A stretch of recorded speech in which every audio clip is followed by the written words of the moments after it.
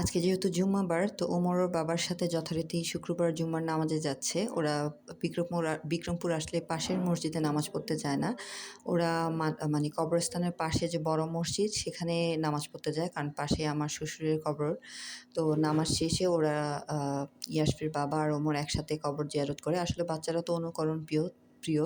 তো দেখা যায় যে ওমর যদি এখন থেকে দেখে যে হ্যাঁ, এভাবে করতে হয়, তাহলে আমরা তো মানুষ মরণশীল, কোনো একসময় আমরা দুনিয়াতে থাকবো না। ইয়াসফির বাবাও যখন থাকবে না, ওমর বুঝবে যে এভাবে বাবার কবর জিয়ারত করতে হয়, বাবা মার জন্য মন খুলে দোয়া করতে হয়। তো আজকে খুবই সিম্পল আয়োজন ছিল, চিকেন বারবিকিউ আর গ্রেভি, সালাদ। তো ছাদে যেয়ে আমরা সবাই গায়ে রোদ মেখে লাঞ্চ করছিলাম। এরকম ইনোভেটিভ আইডিয়াগুলো সাধারণত আমার থাকে না, এগুলো থাকে হচ্ছে ইয়াসফির বাবার। তো আমার কিন্তু ভালোই লাগে, মন্দ লাগে না, আলহামদুলিল্লাহ। তো আজকে আমার একটা যা আবার চলে যাচ্ছে ঢাকাতে। এই নিয়ে মোটামুটি বাচ্চাদের সবার মন খারাপ। এটাই নুসাইব আমাকে এসে বলছিল, আম্মু ওরা চলে যাচ্ছে। এখন ওরা চলে যাচ্ছে, এখানে তো আমার কিছু করার নেই, ওদের যেহেতু মাদ্রাসা খোলা ফিরতেই হবে।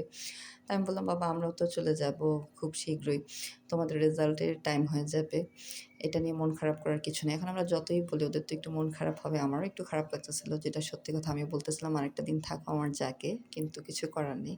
এই ছিল আজকে শুক্রবার, আলহামদুলিল্লাহ।